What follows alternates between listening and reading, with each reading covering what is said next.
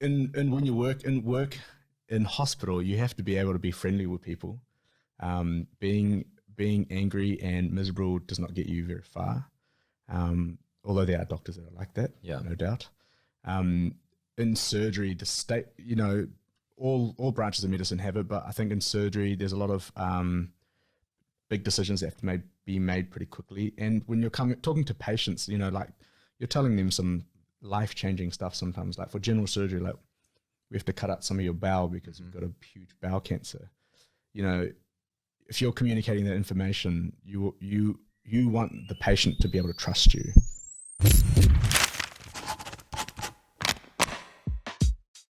Cool. So we're joined today by a special guest, Sanjeev, who is I'll let you introduce yourself actually, because there's a number of things that you're involved in. My name's Sanjeev. I've been doing medicine for 7 years now. And most of that time was doing orthopaedic registrar work, so learning how to become a surgeon. Born and raised in Auckland, most of my time in Auckland with little stints outside of Auckland. Did my med school here. I did a undergraduate degree here in Auckland as well in neuroscience. Started working out in Middlemore, South Auckland, and slowly made my way through there's lots of different hospitals around the country. And I guess over the last sort of maybe 12 months, me and a few colleagues of mine have started sort of diving into medical chatbots. So most recently, we did a chatbot for measles, and we've got one right now, which is active for COVID, which has been keeping us busy and really interesting. Yeah. So we're going to talk about actually both of those segments. We're going to talk about the registering part, and then we're going to talk about the chatbot part. So I think there's a lot to break into there. Let's just start with the first part, which is around sort of the registraring and thing. We've talked multiple times on this podcast series about what life of a doctor is like, what it's like in the hospital, blah, blah, blah. Yeah. But it's always been pretty sort of high level. We've kept it kind of abstract. We've talked about sort of the philosophy behind medicine, or kind of like some of the shittier parts of the job. But I want to talk about specifically, okay, if you want to go down a surgical pathway, right? And that's what you're starting off as a junior doctor, you want to go down surgical. What does that actually look like? What is that really like? And what is that like in terms of the sort of daily grind of it? Daily grind. It's busy. And I think there's a huge time commitment. I've talked about this before, and I think you don't realize how much the time commitment is until you sort of delve into it and start doing it. But let's take it from the perspective of a junior doctor, things to think about. You sort of have to line even sometimes even during med school, you sort of have to know that you might be attempting to do surgery, or as a career, you might want to start thinking about where you might want to work. You might be thinking about sitting exams, which like everyone sits now as a house surgeon. So usually in the first or second year of being a doctor, which are the big like surgical exams. You do anatomy, physiology, pathology, all that sort of stuff. And then you apply for a job just like you normally would to become a registrar, and then you start working. And definitely, I think if you talk to lots of registrars, probably the hardest part of becoming a registrar is like the first maybe 3 to 6 months, because you're now thrust into and you're now focusing on how to become one part of, a certain type of doctor, and also trying to figure out how to be that doctor. So you're like learning and also like at the same time trying to do the job. Right. Which can have its, I guess, conflicts. Right. So can you talk a little bit more about that transition? So, when you start from house officer, because we've talked about being a house officer multiple times, and, that's just whatever it is. Yeah. That transition period, though, that's a big jump. Huge. Yeah, big jump. I mean, so there's a few big jumps throughout medical training, right? There's that jump from pre-clinical student to clinical, and then there's a jump from clinical student to house officer. But probably I would say the biggest jump, really objectively speaking, is probably, I think, the house officer to registrar jump, purely because the responsibility and just expectation increase is just absolutely takes a huge. So what was that like? That's crazy. I mean, if for people that don't know, if you go to the hospital at nighttime, there are no consultants generally there. So the hospital is run by registrars. It's like really scary. It's a little bit scary, but it all, there's consultants available. So like, there is safety there, and there's certain areas where they have to have consultants around. But generally, registrars like the workhorses. There'll be registrars who are looking after the emergency department. There'll be registrars who are meant to be, doing orthopedic surgery or general surgery, dealing with emergencies and stuff that needs to happen overnight. And obviously consultants come in for that.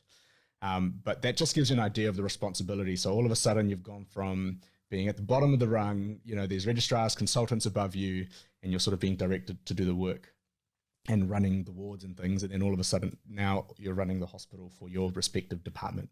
Yeah. So I want to delve into that a little bit more though, because I feel like, that's going to be hard for people to really understand what the big difference is. So why don't we do this? Because me and Sanjeev, we worked together in the orthopedic team when I was a house officer and Sanjeev was my orthopedic registrar. And unfortunately for Justin, it was a great time, except for 7 a.m. rounds, which but I can't complain because you were always there before me anyway. So I'll talk about like if we are on a shift. Yeah. If we're on a shift, like an evening or night shift. Yeah. What I'll say what I'm doing, and then what you would have to be doing instead. Sure. So I would be going around the wards. I'd have quite a large number of total patients that I'd be looking after, and that just means that primarily there are nurses who are concerned about their patient, or sometimes not even concerned, just need you to fill out a whatever script or a little tiny thing to help a patient go to sleep or something like that. And then so you're going and you're prioritizing what the nurse is calling you about, trying to see the ones that are urgent, going there and making some kind of decision on whether effectively, not trying to really diagnose as such, but thinking, is this person safe? Do I need help? Is there something more sinister going on? And if there isn't, then we would use our kind of just, medical knowledge to solve that problem and make sure that they're okay and that the hospital is okay. And we're already thinking about, okay, let's not give too much more work to our seniors. Let's keep our patients safe. Let's make sure everything is okay so that when everyone comes back tomorrow morning, all the patients are still alive. That's kind of what we're trying to do. And we'll do that. Some nights are really busy. Some nights are not. And if there's a patient who's having a cardiac arrest or, there's something serious going on and they're about to die, we will be called, but also a lot of other people get called as well. So it's very rare for you to be, as a house officer, junior, the only person on a scene dealing with a serious issue, making the serious calls in an urgent matter. It does happen, but not usually for very long and not very often either. And in those cases, it's usually just do the basics and just do that until help arrives. And that's kind of what being a junior doctor is like. So yes, there's stress, and yes, there's a big learning curve around doing that as well, but it is a way, in a way, I think I only had to do really sort of 3 or 4 on-call shifts to really get a feel for it and be pretty comfortable with it. So that's kind of what it's like as a house officer. So what would it be like for the registrar? So yeah, that's a really good example. So like, someone's having a cardiac arrest and you wait, you're there, you'll start doing stuff and then someone will turn up. We're meant to be the someone that turns up. And so that could be like your first day as a registrar, or you could be, you're almost about to become a consultant. So big spectrum of like the skill mix that you'll get. In terms of like orthopedic registrar stuff, so, evening time comes. So let's say we've been doing the whole day, we've been maybe in a clinic with the consultants or stuff, seeing people with broken bones, following them up.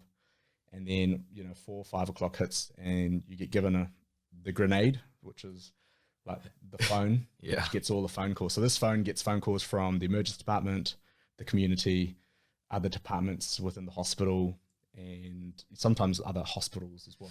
If you're someone that doesn't have a lot of empathy, watching a surgical registrar holding this phone will give you empathy. Sometimes that thing goes off like non-stop when it's busy, like just crazy. And then all of these could be legitimate jobs and things that that person has to add onto their list of things to do. Yeah. So, yeah. I mean, yeah, once I remember doing one evening shift and I took a phone call and it must have lasted like 2 minutes. And then I looked at my phone, you can see the missed calls during that time. It's like 6 missed calls. And you're like, God, this is crazy. How did that even happen? Crazy. So yeah, in the evenings we'll take all those different phone calls, and most of the times it would be either for advice. So, I've got this person who's got a broken ankle. What do I do with this? What do you want me to do with this? Or it might be the emergency department saying, hey, this guy's got a broken ankle. What do you think of the x-ray? Oh, it doesn't need an operation. And then you'll get calls about reviewing patients who are already in the ward that might have all sorts of weird orthopedic-y conditions, which we don't have to dwell in today, but like all sorts of different infections or different new broken bones that weren't picked up for some reason. or you might have a big multi-trauma come in, from up north, they've been helicoptered in, they've got lots of mangled limbs and broken bones, and amongst holding the phone, seeing people in ED, you have to go see this person who's in a bad space, and sort of stabilize them. And then sometimes you'll get people who are really sick and they need surgery like right now or in the next couple of hours. That's when you have to sort of call my senior, which would be the consultant, to take them to theatre and operate on them. Yeah. And that's sort of where there's a lot of tricky nuances that you just don't realize, like, oh, do I call them now? Should I call them in half an hour? You always, and it like the rule is, if you think about calling them, you should always call them, because it's always about being safe. Yeah. And then at nighttime, that shift changes again. It's like, oh, does this person need to go for an operation now or first thing in the morning? Do I call them now? And you're being anxious about the weirdest stuff. And that's because right now you've got all the responsibility for these patients and for everything that's going on. So, and there's actually something that you talked about, and it was really brief, but I want to just draw attention to that, is the fact that, if a GP calls you, they are calling you, and you, the person speaking, you are the representative for that specialty. And so it's kind of, when you give your opinion, it's like, this is the opinion that the orthopedic, like whatever is giving. Yeah. And so when they're documenting it down, it's like, spoke to the, orthopedic registrar. Yeah. This was their opinion on it. And that is never a situation that would happen as a house officer. You would never really get asked for a specialty opinion unless you were some crazy genius that was well known throughout the lands. Yeah. You will never get asked for an opinion. You would get asked to deliver a message. Yeah. And if you go and review a patient, even if you're working in that department, I mean, I worked in general surgery for a long time as well, like 9 months of general surgery. Yeah. And even if I were to go, I'm never going to be the general surgeon. Like, I'm basically a messenger for the opinion of the general surgical team. And just that shift in terms of someone calling you and your answer actually having to be a bit more definitive, that's a real big difference for anyone that's not really familiar with that clinical setting. So that's a huge kind of power shift. Yeah, absolutely. I think, and you just don't realize the responsibility as well, because it's like your first couple of days, you don't know the answer to sometimes the question that's on the other side. When you're very senior, you know a lot of the answers, but when you first start out, you have no idea. So you either ask someone else, like a senior, for that, or you sort of sometimes freestyle it with, read textbooks, find the knowledge somewhere, or, say, okay, I don't actually know the answer, be honest, and say, I'll get back to you when I know the answer within the next few hours, or if it's nothing that urgent, I'll call you tomorrow and let you know. Yeah. And again, it's the same thing. It's about being safe. So how does the learning occur? There's so much stuff going on, like, how does that actually work out? It's very learn on the fly. Yeah. So the grenade I was talking about, it's like horrible to have. And I think almost every surgical registrar will attest to that. But at the same time, every phone call you get is like a learning opportunity. So, GP calls you with a problem, and if you don't know it, you're going to look it up, you're going to learn it, and now you've got that knowledge. And then every time that same sort of thing comes up, you'll pick up extra nuances and things you might not have realized. And then that stuff just sort of gets cemented in. Yeah. And I think it's amazing how quickly you can actually end up learning. Yeah. Like within the first 6 months, it's just like, I think anything that you start the first, 6 months, or, that's always a variable time, but the first 6 months, your knowledge just flies. Yeah. Okay. That's you committing to it as well. Like if you're not interested in it and you don't want to do the job, your knowledge is not going to fly. Okay. Well, that's a good segue into the next question that I was going to ask is what do you think makes a good surgical registrar? Being a good surgical registrar, before I started, I asked everyone, I think one of the biggest things is essentially you should be committing yourself to living at the hospital in a way. Like, it's just sad. You're the first, you should be the first one in, you should be the last one out. Yeah, I mean, you definitely lived by that from what I remembered. For some of it, yeah. You really tried to be the last one out, even when you were coming out of like a night shift. Yeah. And you really should have been the first one out. Yeah. And I think part of that is because, especially surgery is experiential thing. Like you can teach the smartest person how to do a procedure, but the only way to get good at it, just like, you read lots of books that talk about 10,000 hours, you just have to do lots of it. So the way to get good at being a builder is to build. The way to get good at surgery is to do surgery. Yeah. And the only way to get good at doing lots of surgery is to be around when the surgery happens. Yeah. So I guess if you're coming off from like a busy on call or whatever, you probably wouldn't really get chance to be in theater during that entire time because of the fact that you're busy managing patients that are outside of the theater. So after that, when the morning hits and new patients are about to go into theater, that's your opportunity to get in there and see some cases if there's available, while competing, I guess, in a way with all the other registrars who are trying to get experience as well. Yeah. I mean, there's lots of opportunities, and it's about putting yourself in those opportunities. So that's like one example, is, after your shift, there's surgery happening, you're going to try and get in there so you can either watch, learn, or do if you're getting up towards that seniority. Even when you're on call, so, you're taking these phone calls, seeing patients in the wards, you're still trying to juggle being in theatre and do the operation. So it's sort of, you'll see, I think a lot of surgical registrars lose weight by accident because they're running up and down the hospital, just doing a lot of stuff. They're busy shifts. Yeah, I mean, the whole, 10,000 steps sort of thing, I think most doctors, even not a surgical registrar, most doctors will hit their 10,000 steps by lunchtime. Yeah. Just walking around, seeing patients and just, Yeah, I think I did, I had one on-call shift, which was really bad, about 15 hours, but I did like maybe 18K on my pedometer thing. Yeah. Which is just like insane. Yeah, I mean, you're just, distance. Yeah. I'm not running. Like, you just literally seeing patients. I remember like, I did like 30,000 steps on a single like long day of acute surgical. Right? And it's like you're literally potentially walking non-stop for like several hours, like virtually no rest, like only stopping for like minutes at a time, and just constantly. Maybe. Yeah. So, okay. In 2 words, if you were to sort of summarize, like not 2 words, but 2 factors. Yeah. What do you think is the 2 most important factors that would dictate whether a surgical registrar is able to get onto their desired surgical training program? So hopefully by now, by the way, if you should be a little bit more familiar with these terms because we've talked about it before, but just in case it's your first time listening, so surgical registrar is kind of like that role that they have, but the training program is kind of their part of the college's training to become a specialist. So although they're all overlapping, they're not quite the same sort of thing. So you can be a surgical registrar trying to get onto a specific training program, or you can be a surgical registrar floating around different departments, getting a taste for what you enjoy and doing that sort of thing as well. So trying to get onto a training program, which is the most competitive bottleneck of pretty much the entire medical career, effectively. Yeah. Could I do it with 3?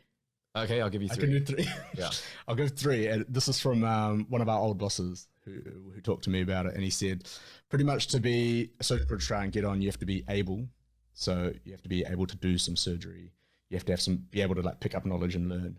How high does that skill level need to be? Well, that you could, like I always tell people, you can teach a monkey to do surgery. It's like building. You just have to keep doing the surgical stuff. But it's more about, can you hold knowledge and maintain it, and can you study? Can you apply the knowledge that's been given to you or you've picked up? Right. So able's pretty broad in that thing. It's not, you shouldn't be like a master surgeon just to get on to learn how to become a surgeon. That makes no sense. Yeah. And then the other one was being available. And I think that's probably one of the most important one, which is to do with like dedication, being around not all the time, but being around a lot, taking all the opportunities that are around and really being dedicated to, it is a bit of it's hard work. Like being proactive. Being proactive, like sticking around beyond your shift. Yeah. Going that extra mile. And the other one is being affable, which is just being friendly, not being, a dick. Yeah. I mean, that goes a long way. Yeah, absolutely. And I think there's a really good 3 things to live by. And you can apply them to many things, but I think it's really important sort of factors to take into account when you're trying to become a surgeon. Yeah. I want to talk a bit more about the affable part, because I think that is really important and also overlooked. And we talk about that a lot, actually. And if you're listening on the podcast, you just missed an incredibly epic scene change, which everyone on YouTube will have noticed. But that's incentive for you to just make sure to check us out on YouTube. So we've talked a lot about the idea of, on this podcast before, we've talked about the idea of IQ versus EQ. And I think people would say that of all the places where EQ is less important, it would be in like pathology or like surgery, being a surgeon, like, you don't need to be that emotionally intelligent to be a surgeon. That's kind of that stereotypical, if you had to pick a specialty that didn't need that emotional intelligence, it would be, surgery. Personally, I don't think that's true at all. Yeah, I totally agree with you as well. Yeah. Yeah. And I think least of all because of the fact that, I mean, let's be honest, like surgeons are often a little bit more just direct, you know, in the way that they communicate. Yep. There are surgeons, I would say if you were to plot every doctor on a spectrum of just like niceness feeling when you talk to them, Yep. you know, the medics do overall average a little bit more on the nice feeling curve. Yep. GP GP's probably the most. Yeah, GP's generally. Yeah, Yeah. yeah. But like in my personal view, you know, setting aside the surgical skill, Yeah. I think the surgeons that I see that the patients not only love, but also that I just think are the best surgeons who the juniors love, and as a result, they feel safe around and can, you know, communicate to and just have a great team. And it's just like a joy to work within that department. They're the surgeons that are like great people, first and foremost, and are in themselves sort of affable. Yeah. And so I think it is kind of interesting that the affable part was in the, so why is it the affable part so important to get onto a training program in the first place? Well, I guess there's lots of different, like it sort of blends into everything. Like you can't, when you work in hospital, you have to be able to be friendly with people. Being angry and miserable does not get you very far. Although there are doctors that are like that, no doubt. In surgery, the state, you know, all branches of medicine have it, but I think in surgery, there's a lot of big decisions that have to be made pretty quickly. And when you're talking to patients, you know, like you're telling them some life-changing stuff sometimes, like for general surgery, like we have to cut out some of your bowel because you've got a huge bowel cancer. You know, if you're communicating that information, you want the patient to be able to trust you. And being affable is going to foster trust. You know, if you meet a surgeon who's like a nightmare, like you're like, I don't want surgery that could save my life because you're the surgeon and you've just been horrible to me. And I think it's one of the really key big things. And when people apply to becoming a surgeon, is that communication and also being quite respectful of people is like one of the top things that they really look for in trainees. I would even go so far as to say, and correct me if I'm wrong, I would say that if your level of affability doesn't meet a high enough threshold, you would just not get in no matter how good you are in the other areas. If people just do not like you, you just will not get in, or you will be rolling on that, applying for a long time. Yeah, and I think that's fairly true to the most part. You know, if you're not liked by people, you're going to have a lot of trouble getting on because no one likes you. So, you know, getting references is already going to be very hard. You know, it's just like any other job. You need references when you apply. And, you know, the only way would be to get on is to actually be able to change that, you know, you become friendlier, find out what is it that about you or your personality or maybe your approach that's just not connecting. Because the last thing you want is someone to go through 5, 6 years, 7 years of training and then come out the other end and it turns out, yeah, you're great at operating, but you cannot talk to patients and patients do not want to get operated on you. So what's the point of us having trained you? Right. Yeah. Okay, let's transition to talking about the chatbot thing. Yeah. So let's just start from the beginning, because that's like chatbots is I mean, health tech is, you know, it's a big thing for sure. But chatbots are just so random. They're real random. Yeah. So where did that start from, and what was the kind of driving motivation behind it? So it's actually started with my mate Kanan, who's the other person that started the chatbot stuff. He was also a surgical registrar and then took some time out to sit his exams and sort of do other life milestones like get married and start a family. And he started sort of somehow finding himself in the health tech sort of sector. And he was just thinking about sort of, you know, how can we use technology more efficiently in medicine, you know, there's so many different problems in medicine. Surely the technology has come so far that we could use it and apply it to be able to tackle some of these big things. So one of them was like, you know, people who don't have access to healthcare or health information or have poor health literacy. So the thing came about with measles, that there was terrible health information and lots of misinformation out in the community in New Zealand and also like in Australia and the islands. And he started looking into a chatbot, and he's like, hey man, Sanjeev, have a look. Like, we both started playing on this chatbot. We're like, oh, this is actually really fun. So like, it started out as just like, oh man, this is really fun. It's a bit different. We're applying all the stuff we've learned, all the medicine and stuff we know, and putting it together in this sort of like weird thing in the chatbot. And then we just sort of put it out into the ether to see what would happen. Like, there was no like, oh, let's change the world with this chatbot. Let's just see what happens, and whatever we can take from this, whatever lessons we can use and build on it. And then we put it out, and it did okay in New Zealand, and then all of a sudden, like, Samoa just exploded with measles cases. So this was the measles bot. This was the measles chatbot. That's the first one that we did, and that's how it all started. And then when it got to Samoa, like, a whole bunch of Samoan people using the chatbot, and it was just like basic information, you know, like, what is measles? What isn't a vaccination? Why is it important to have a vaccine? This basic stuff is just, I mean, you mentioned the word health literacy before. So if you're not familiar with what health literacy means, it's talking about, it's just like the word literacy would imply.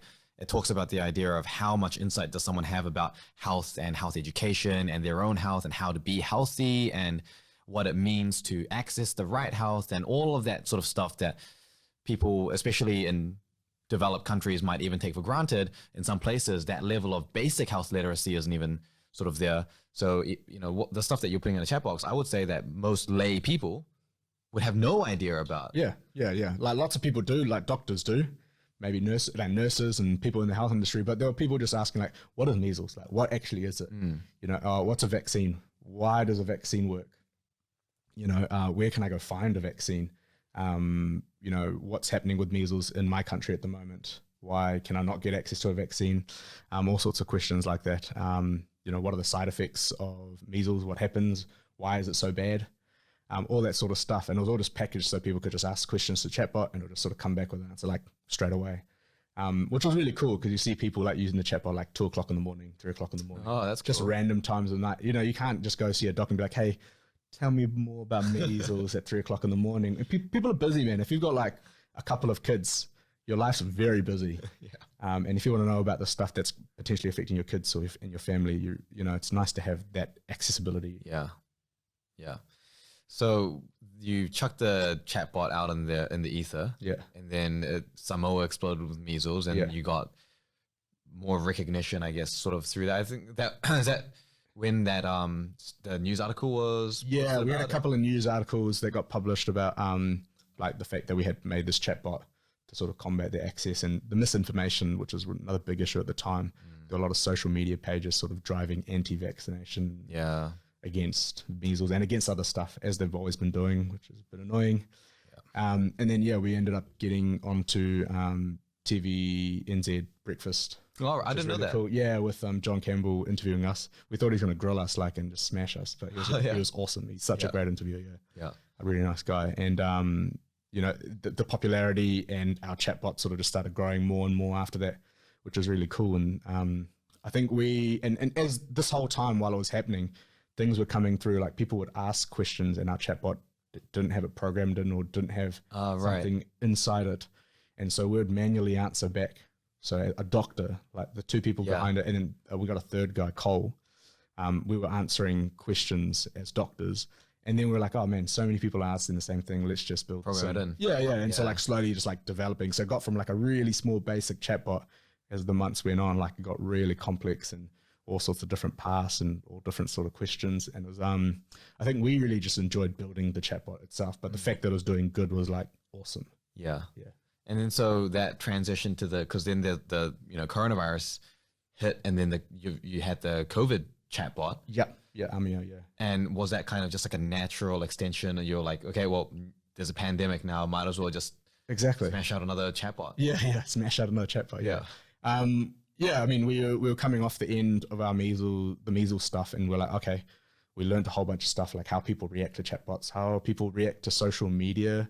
And I'm sure anyone that's in the social media, space knows with the positive comes bits of negative. Like there'll always be haters and stuff like that. You'll always get that. That's just the nature of it. Lots of keyboard warriors. Who's hating on a COVID screening chatbot? You'd be surprised. All right, some people need to grow a brain cell. I think there's a lot of it's like, oh, who are these people? Like, you know, people will put a chatbot into the community, like who are the people behind this? Yeah. So I think there's a trust thing. But yeah, we took all our learnings from Mitara, the measles chatbot, and then plugged it in. You know, COVID was starting to happen sort of late Jan, early February. Like, this is like prime time. We've learned already heaps. Yeah. Let's do the same thing for COVID. And let's build on that, make it a bit more fancy, do some screening, you know, show them where they can go get a test or a swab. Yeah. That sort of stuff. Because that was the big thing, right? Was like people, you know, there wasn't enough screening and everyone was wondering like, do I have it? How do I know if I've got it? Like, what are the symptoms? You know, is it a cough or is it a sneeze? Or it's like, no, it can't be a cough, or all of that sort of stuff. And that's when I actually first saw when I saw Āmio on my Facebook. It just turned up. Feed. Yeah. When I was in the middle of like answering people, because people will ask me about that sort of stuff all the time. Like, please go talk to your doctors, please. But I think even like we had doctors use. Yeah, even GPs were. I remember talking to some of my friends about how no one really knew what was going on. The information was just so not available. There were, you know, there's these Facebook groups where people from all around the world, doctors are talking and just sharing information on just new stuff that they're learning. It was just crazy. It was so crazy. That's really just like, you don't get that type of stuff on a daily basis working as a doctor. Like, that stuff just doesn't have like movie type stuff. It's cool. There's like a lot of collaboration from that perspective. I think the information, there's so much information. I think it just bore down to like, people just didn't know. Yeah, so like every time new things were coming up, you know, the screening changed, or the criteria for getting a swab changed, or, you know, actually this medication is not good for COVID, or maybe you don't want to take this, or like even how it travels, like people didn't initially think it was airborne. Like it was just off surface, and then like, maybe we're not sure. We don't know. So maybe we should count as airborne, because we might as well, you know, not take those risks. So yeah, there's lots of different information development. And so as all that sort of stuff was happening, we're just always just like, oh man, we have to reprogram this, change this. The screening changed. Oh man, like, well, let's do this. It was fun. And like, it was really fun doing that stuff. We really enjoyed it. And I think we had some feedback from doctors, like GPs and stuff they were using. They found it really useful, because they could, like, for the screening tool, they could just like be like, okay, instead of going through the whole document, I can just type in everything I've learned about this patient real quick. Oh, yeah, you need a swab. We'll get you a swab. Yeah. Oh, wow. Yeah. So that was really cool feedback to have, like an actual like another GP using that. Well, and actually, I mean, it would have been better than like a whatever screening thing that they were using before that anyway, to figure out, because of the fact that there just wasn't that information available for the GP. So probably what was on that chatbot was going to be the most like up-to-date, reliable screening tool that they would have had actual access to. And it was fast, like, and it was instantaneous. It's instantaneous, as opposed to, wait a minute, do you fit this? I don't know. Let's go start at the beginning. Let's go. And they're like, and then, oh wait, you know, a new screening criteria came through, and you're like, oh man, I have to go restart again, because I've just learned one criteria and it changes again. Yeah. So what is this whole, you know, if we look at the chatbot thing as a kind of project that you've got going in your life, what's that kind of doing for you? Like, what's that hitting? What an abstract question. I guess like all three of us that are involved in it now, we had a couple of people always sort of in and out. I think we all it was like sort of invigorating us. Like, it's quite busy because we all work clinically during the whole time. So we're working clinically and working on it like nighttime, evenings, in the weekends, but it also gave us energy in a weird way. And I'm sure lots of people feel the same. People who have side hustles, have projects, you know, the passion for that sort of stuff. So, and it just spills over into the rest of your life, which is really good. So yeah, that's what it did for me. It just made us very interested in COVID, just because it was the topic, but also very interested in technology, very interested in doing stuff outside of the medicine. But then even when I was doing my medical work, I was a bit more engaged in the medical work as well. And like talking to patients, I was a bit happier because I knew I had this other stuff happening as well. So like overall just mood, all that sort of stuff just went up because of this project. So it had like life benefits. Absolutely. So at the moment, where are you working? It's a good question. I'm locuming, so I'm just doing like small contracts all over the place. Last week I was working in Kaitaia. They've got a small like rural hospital up there. And then next week I'm going down to Invercargill to do some more orthopedic registrar work. So your current kind of situation is that you're locuming. You've got this other project that you've Yep. got, and in terms of how I think difficult, because there's a sort of set path on, you know, what being a doctor sort of involves. You never really talk about these types of things. Yeah. Like, what if you have another thing that you want to do on the side, or what if you realize that you want to use your medical knowledge and skills for something additional? You know, no one really has these conversations about what you can do with that and what that means and how you kind of structure your life around that. Yeah. How was that part for you? Yeah, I guess it's exactly like no one ever talks about it that much. And I think if you talk to a lot of doctors, you'll find they do have some sort of side project, hobby. You know, you'll find lots of doctors, for some reason, lots of doctors like doing marathons. They love running. Yeah, they're There's really lots into of- that, like lots of sustained runners. cardio. Yeah, but I mean, you've put quite a lot of effort into, you know, training for a marathon and then running a marathon. But you just have to make it work. I think if you want to follow something, you just have to fit it around, you know, like you might have to take some leave, or you just have to do it in the evenings, do it at nighttime. I think if there's something, a passion you want to follow, but you still want to do medicine as well, you should just have to sort of meld them together some way. And that doesn't always work, but you could, you know, you'll make it work. Yeah, and there's a sort of level of prioritization that occurs with that. And Yeah. so, you know, you could locum as part of that solution. By the way, locuming is basically just part-time doctoring in places where they need doctors. So, yeah, that's just what it is. There are also full-time locums. Yeah. Which is interesting in itself. Yeah. So usually in like rural places where they don't have regular sort of Docs. supply to Yeah. doctors. Is that kind of where full-time locum? I mean, I think some people, the locuming is probably another topic altogether, but it's really flexible because you just pick up work whenever you want. So you could work 6 months full-time, hardcore, and then have 6 months off. Or you could work a whole year doing locuming. It just means you're in different environments quite often versus like a contract that you would have, you know, at Auckland Hospital or Whangarei Hospital or whatever. Yeah. So super flexible. Yeah, way more flexible. And I think if you've got side projects, something that you can consider like as an interim, you know, if you've got something that, you know, you're doing full-time work and your side hustle or project or passions are all sort of spilling over a bit too much, you can't get enough leave, then locuming might be a nice in between because you can work it so that you can really dedicate some more time to it. But you've still got that financial stability from the working. locum money, That's which actually pays more than your normal thing would. So it's a good mix. If you final kind of statement, if you had to give one piece of advice to a current, let's say, surgical registrar, who's having a tough time, what would you say? Remember why you want to do surgery. If you had to give one piece of advice to someone who's up and coming, maybe in med school, wanting to look at going down surgery, what would you tell them? Go for it.